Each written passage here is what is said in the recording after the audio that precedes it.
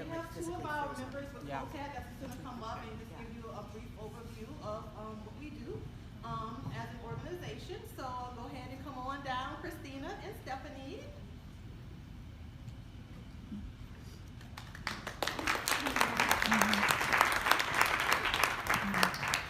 Good morning. It is an absolute pleasure to see you all here. Thank you so much for joining us. I apologize, I'm going to have to leave a little early. I have a conversation that matters and a poster, so I'm not quite sure how I'm going to work that out. I'm Christina Smith. This is Stephanie Lancaster. I'm at Medical University of South Carolina down in Charleston, and Stephanie is at University of Tennessee in Memphis. So we are initiating a new project called COTAD Ed. Any educators in the room? Fabulous. So we future educators. Any future educators in the room? All right. Excellent.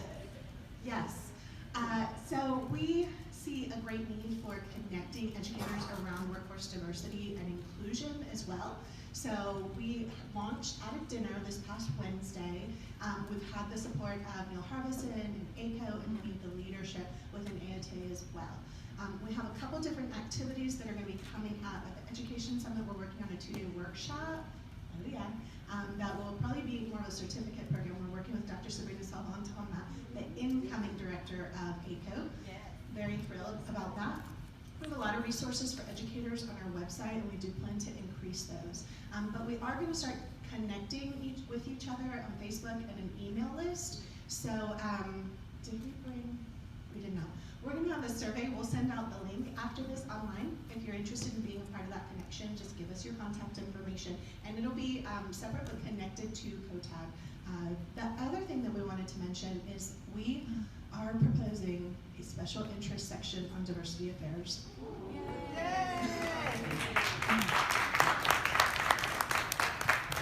So this idea actually came from one of the leaders of the special interest sections. And so today at the annual business meeting, we are going to pitch said idea, and we would love if you would be willing to come and be a part of that with us and steer with us. We think that there would be some power in the numbers as we pledge that to our current leadership and future leadership as a recommendation. But thank you so much for your attention. Anything to add? Just again, thank you for coming. There's so much to do in this area, and it doesn't matter your background or your position, whether you're an educator, whether you're a clinician, whether you're a student or otherwise.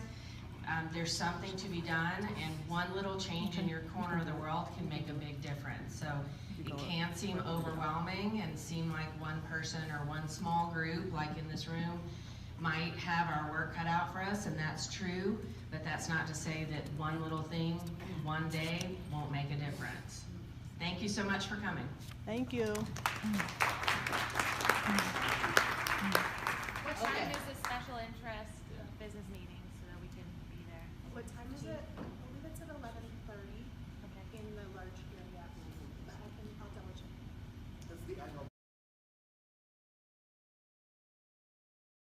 Too long right now, so I actually have the honor and the pleasure of introducing our speaker this morning. So this is COTAD's 4th annual breakfast. So I have just a little bit written down. Dr. Lenin Grajo is a passionate educator who currently serves as assistant professor of rehab and regenerative medicine, as well as director of the post-professional doctor of occupational therapy program at Columbia University Medical Center. Woo-hoo!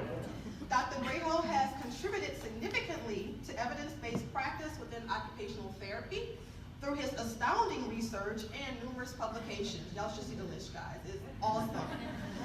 He can be described as a gem to the profession, and his extensive work around the occupation of reading has made a positive impact upon many children. So we're really excited that Dr. Grajo has taken time out of his schedule to be with us this morning to talk about diversity within our profession. And so without further ado, join me in welcoming Dr. Lenin Grajo. Good morning, everyone. What a lovely day in Salt Lake City, and thank you so much for being here. 8 o'clock in the morning. It's not my best time of the day either, but I'm so deeply honored to be invited by the Coalition of Occupational Therapy Advocates for Diversity to facilitate this conversation at such a remarkable and critical time in our profession. I want to preface this conversation first by starting with a disclaimer. I am an eternal optimist. So when there are threats and challenges, I try to see the opportunity. And when the days seem gloomy, I find brightness, or I wear floral. So I want to start this conversation with a challenge, but also with a very positive note. There is so much that we all need to do to promote diversity in our profession. And today is a beautiful day to continue the work or to get that work started. So I promise I will get you started at the end of this presentation. In a very informative text titled "In the Nation's Compelling Interest, Ensuring Diversity in the Healthcare Workforce," the book opens with a challenge and a quote from Goethe: "Knowing is not enough, we must apply. Willing is not enough, we must do." In this presentation, I want to highlight the notion of collective responsibility. In psychology and sociology, the term collective responsibility has a slightly negative connotation. It is defined as an action as a result of guilt or knowing that one has not done enough. But I told you I'm an eternal optimist, so I will use the more generic definition of collective responsibility. That is, all of us, big and small, macro and micro, have a responsibility to act, to do, and to address this critical issue. We need to work on increasing and sustaining the diversity of our beloved profession. All of us, not just AOTA, not just COTAD, not just our deans, chairs, and directors, not just our employers, all of us. Threats. What a start. Don't worry, I promise I will remain optimistic. Many interrelated factors can be seen as challenges in the diversity of the occupational therapy profession. National factors threaten social justice and equality every day. They rather than we. Them rather than us. But regardless of your politics and ideological beliefs, we must all admit that occupational therapy is founded by a radical notion that doing, being able to participate in the daily activities that bring meaning and purpose to our life, influences our health, well-being, and adaptation. This very notion of social and occupational justice is indeed radical, that whoever you are, wherever you came from, occupation is a human right, and we must promote this for everyone. There are also many factors within our national and professional association that may challenge diversity. I'm going to bring that big elephant lurking in the room, the OTD mandate. Yes. The OTA bachelor's mandate in abeyance. The need to more strongly articulate a focus on promotion of diversity in our association documents. The need to better articulate and fight for the distinct value and participation of occupational therapy assistants in many facets of practice in our profession. But regardless of where you stand, what your stand is on the OTD mandate and the OTA mandate in abeyance and other issues mentioned, we all have so much to do.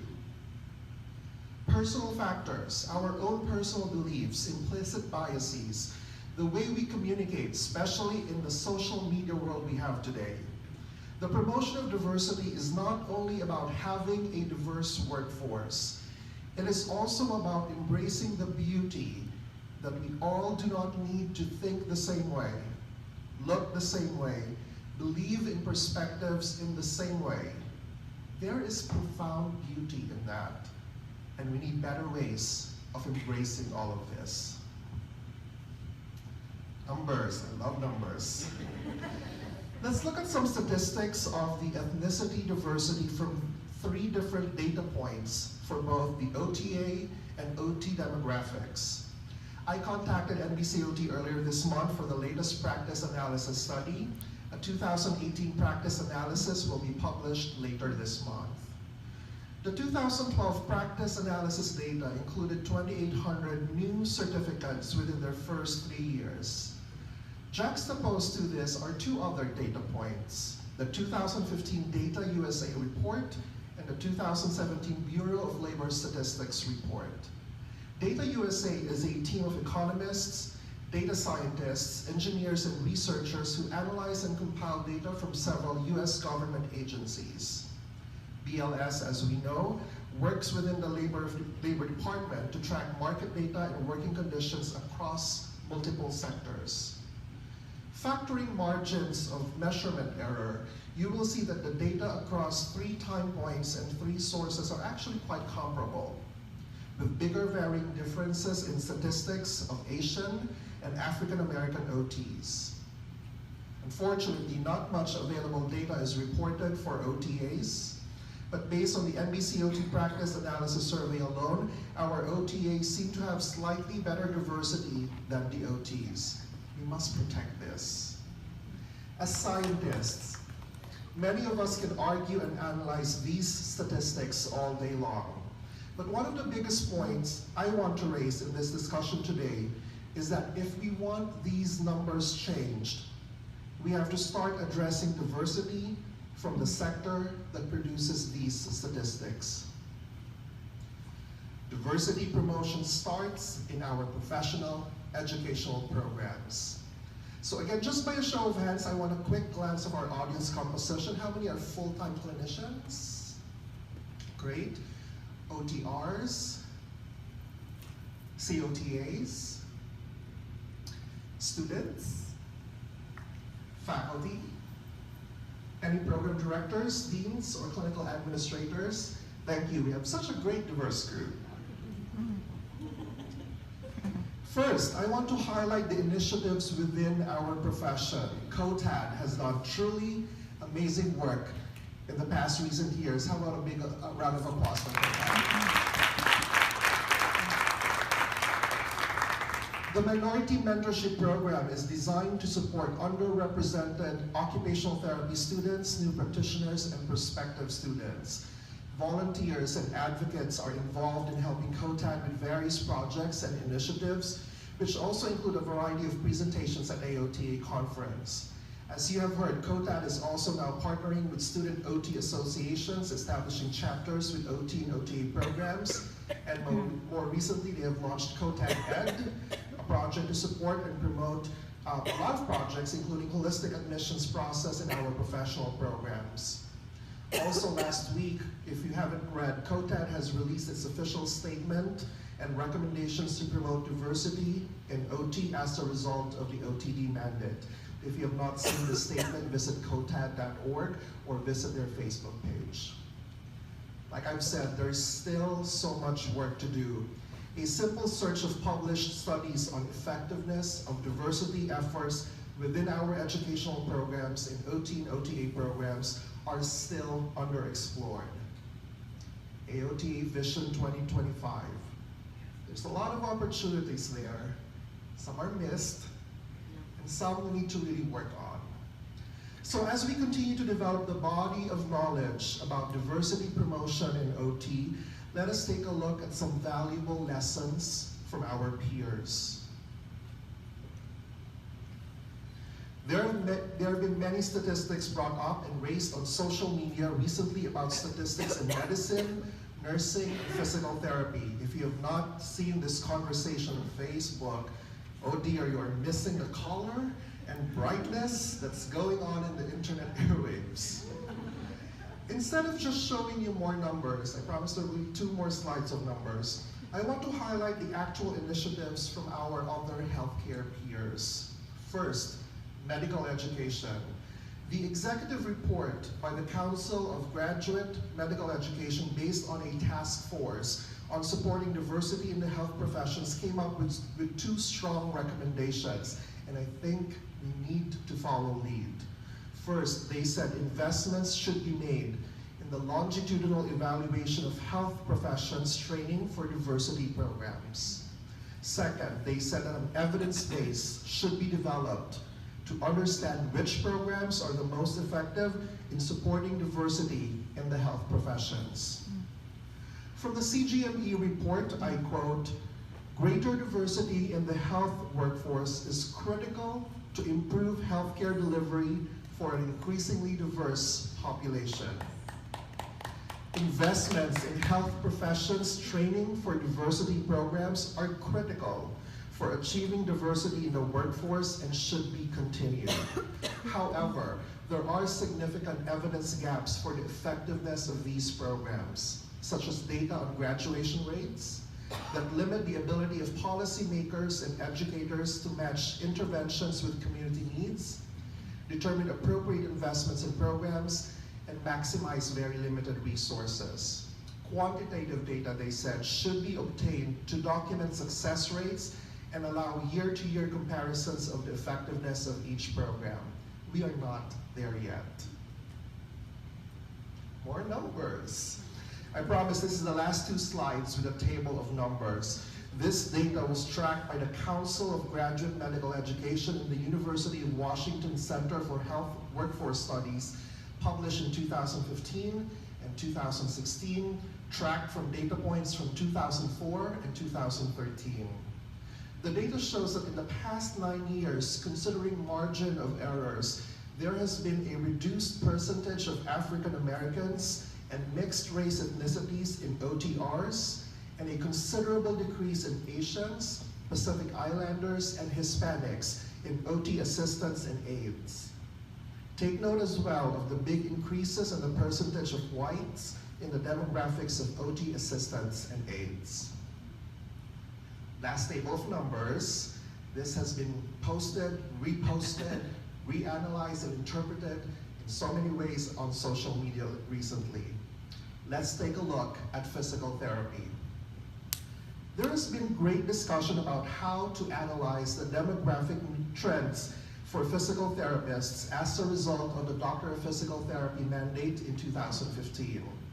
Some argue that their diversity has not changed or have even rather increased as a result of the DPT. I would like to put a big caution in the analysis of that trend.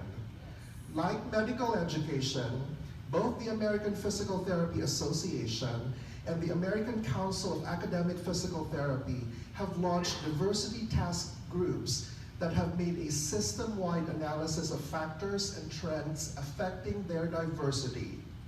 We have not done this at all in OT, and critical decisions have already been made. I would like to share with you some recommendations from the ACAPT Diversity Task Force. The ACAP Diversity Task Force assertively made an 8-point recommendation to increase diversity in physical therapy education. First, strategic promotion of PT as a program of choice for underrepresented minorities. Second, development of resources to mentor pre-DPT students. 3, development of a new task force for a pre-DPT admission structure to simplify and standardize their prerequisites. 4th, development of resources for holistic admissions processes. 5th, advocate for greater financial assistance for all DPT students. 6, improving the PT-CAS system to identify applicants from medically underserved areas. This is their application portal. 7, mentoring network in collaboration with student associations.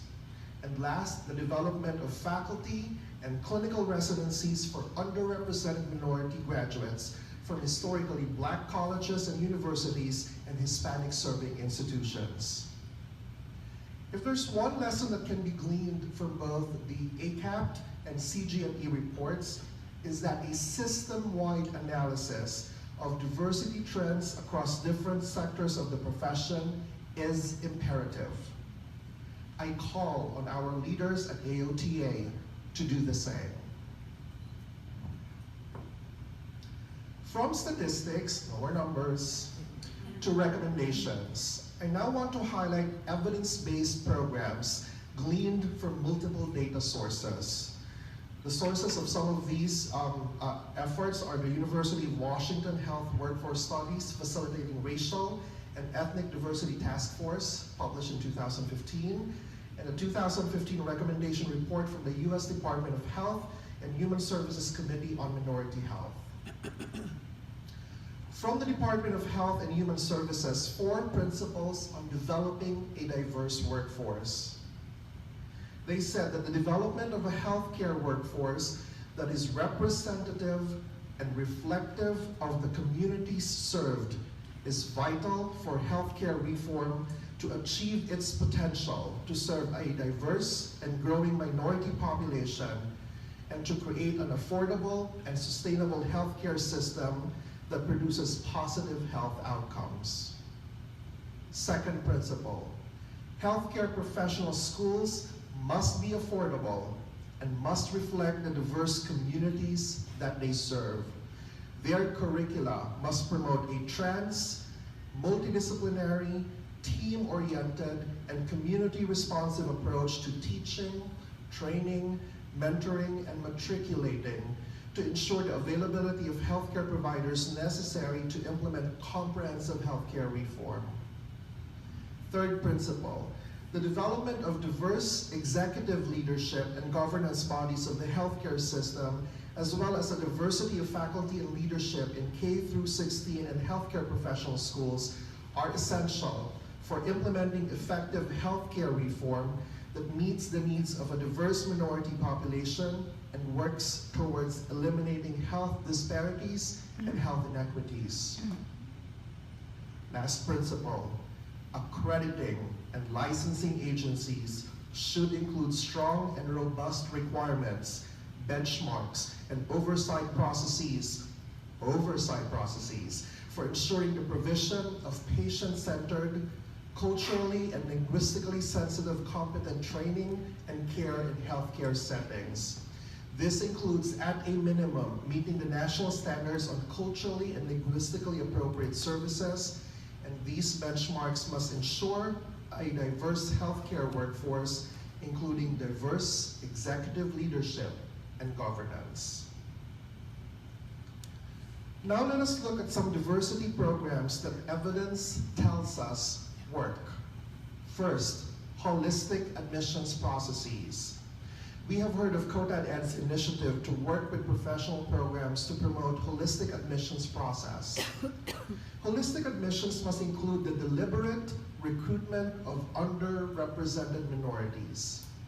Many OT programs are now putting lesser weight on just the cognitive aspects of an applicant's packet to include non-cognitive sections that look at leadership abilities, emotional intelligence, and community involvement. Raise your hand if your program already is doing this. Great. Recently, we have seen increased promotion about what is occupational therapy, and those are all great. I think, though, it is time to expand our promotion and marketing efforts to create a massive promotional campaign shifting from what is OT to why a career in OT, targeting diverse groups to include not only the current areas of practice, but also emerging areas of practice, such as occupational therapy for LGBTQ older adults, OT for bullying, OT in primary care in diverse communities, OT in prison programs, OT in functional cognition and literacy in diverse communities. Second, evidence from dentistry and medicine show that summer enrichment programs that provide preparatory coursework can give an overview of the coursework and includes socialization with current faculty and students from underrepresented minority groups, truly help prepare, inspire, and encourage underrepresented minority students to pursue their fields. Are there any programs here doing summer enrichment preparatory programs? We need to start adopting those. Third, evidence from medicine, dentistry, and nursing show that curricular revisions, especially adding coursework on developing programs for underserved communities and actual courses on health disparities, have helped underrepresented minorities make decisions about which programs they want to apply to. In occupational therapy, there's a lot of opportunities to include courses on health disparities. Any programs here with health disparity courses? Fabulous. And especially on social and occupational justice. Yesterday, I had the privilege of co-presenting with an outstanding panel of educators from the University of Texas San Antonio Health, Maryville University, Duquesne, St. Louis University, the Occupational Therapy Assistant Program at Herzing University, who have infused their curriculum with occupational justice themes as threaded within the program philosophy, as a standalone OT and OTA course, as preparatory course for fieldwork, and in my program at Columbia University, threaded within a community-based grant writing course. Think about that, and think about how powerful it can potentially be if as many programs now moving towards the doctoral level, and as students plan and develop their capstone and doctoral experiential activities focusing on social and occupational justice. There's a lot of opportunities there. Lastly, we know that mentorship programs work. We must target not only to mentor students, but mentor clinicians and faculty as well. Academy Health, a private organization that works on advancing health services research and policy, have found that to make mentoring programs impactful, it must have components of socialization and networking and development of diversity promotion strategies. Targeted faculty mentoring programs work. As chairperson of the Academic Education Special Interest Section Council of AOTA, the very first program I developed at the start of my tenure is a mentorship program for new educators and new academic fieldwork coordinators.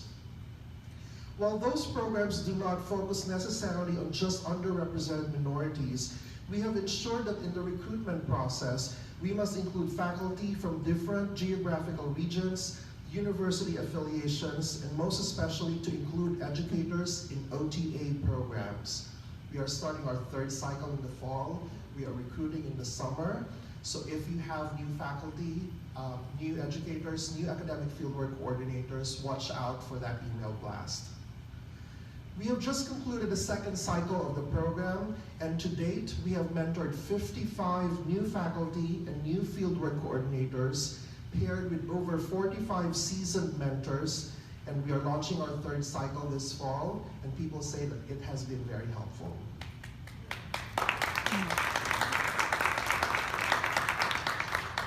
Those of you who are students and those working in academia, I encourage you to carefully, every day, examine the diversity makeup of your classes and your faculty.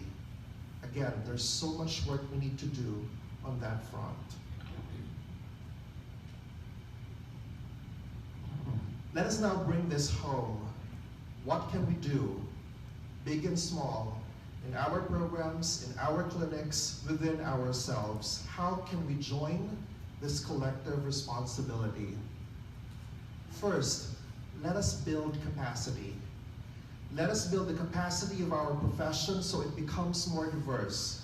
Let us build the capacity of our students so they are more culturally sensitive, culturally humble, and culturally responsive. Let us build the faculty capacity, especially our minority faculty. One of the most effective ways to build capacity is through communities of practice. First developed by Etienne Wenger, communities of practice are groups of people who share a concern, a set of problems, or a passion about a topic. The aim of communities of practice are to create, expand, and exchange knowledge, and to develop individual capabilities. Mentorship programs, the ones we have now, the ones led by programs like COTAD, can also be formed using a community of practice framework. Linked by a common sense of purpose and action, members of communities of practice co-create, my Colombian people know that that's one of my favorite words, co-create resources, develop new knowledge, and continuously collaborate towards that shared purpose. How does one implement a community of practice? Here is just one sample structure. It can include monthly conference calls or in-person meetings, a discussion of research, readings, and helpful resources, facilitated discussions on topics of concern chosen and facilitated by members of the community rather than just chosen or facilitated by the leaders of the community. A shared generation of resources, development of infographics, action items, publications, community outreach, etc. We also need to measure the impact and change of communities of practice, and members can then become group leaders and facilitators of communities of practice in their area of practice or locality. I've been involved in several communities of practice and have published about communities of practice, so I really encourage you to explore this framework. The key to communities of practice is shared leadership. Every member in that community is a leader. Every member is an agent of change rather than just a recipient of mentorship. I encourage COTAD to consider a community of practice framework and continue to measure the effectiveness of its programs. I encourage all of you to explore communities of practice through the restructured special interest sections of AOTA. It is currently in its pilot stages, but it will be open for new proposals soon. So apart from just a special interest section on diversity, also consider a community of practice on diversity promotion at all levels. Some potential topics that can be woven in on a community of practice include mentoring current underrepresented minorities and international students and new practitioners, mentoring new underrepresented minorities, and developing a diversity research agenda with specific action steps. Next, let's examine our clinical practices and practice settings. It is very important that we also mentor not only underrepresented minorities, but internationally trained and licensed clinicians as well. This subject is near and dear to my heart. Almost 9 years ago, I left my beautiful country, the Philippines, my family, a beautiful career, colleagues and friends to embark on a new adventure here in the United States. While I have some relatives, I was on my own, starting a new exciting journey in a profession where I knew no one.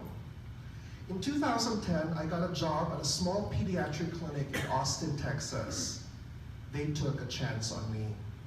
A relatively young, naive, and newly certified to practice OT in the US. From there, I moved to my first academic appointment in the United States at St. Louis University. They also took a chance on me. They mentored me, and I have developed lifelong friends. From there, the next big move that I made was to move to New York City, where I met the most outstanding group of colleagues, friends, and mentors at Columbia. I am here today because all of them mentored me. They took a chance on me. I encourage you to do the same. We are all hungry to learn. We work hard. We have passion. And many of us are doing this so we can help family back home, help send our brothers, sisters, nephews, nieces, the children of our neighbors and family and friends to school. We bring diversity in perspective, diversity in practice, and cultural flair and flavor to all that we do. The increasing academic standards has made it very difficult for many of us, talented and well-trained but bachelor's-trained occupational therapists from many countries to work in the United States. So when you get the chance, take a risk, mentor them, encourage them as they pursue advanced degrees, and help them as much as you can. I will not be here today if not because of all of them. Next, we need to build not only programs, but determine the science that make diversity efforts work. We need to do more research on factors that influence diversity in OT and OTA programs, and how those can be sustained in clinical practice. but these research take time and a lot of resources. So I advocate and encourage us to take a look at profession-wide resources so we could do more and we could ask AOTA for more resources. The Education Research Agenda, published in the American Journal of Occupational Therapy in 2014, barely included the need to increase diversity through the education pipeline. We are changing this. Just last week, I moved to have the Commission on Education of AOTA to review and revise the Education Research Agenda to include and prioritize diversity and inclusive education to be part of this Education Research Agenda. A subcommittee has been formed, and I am leading this process.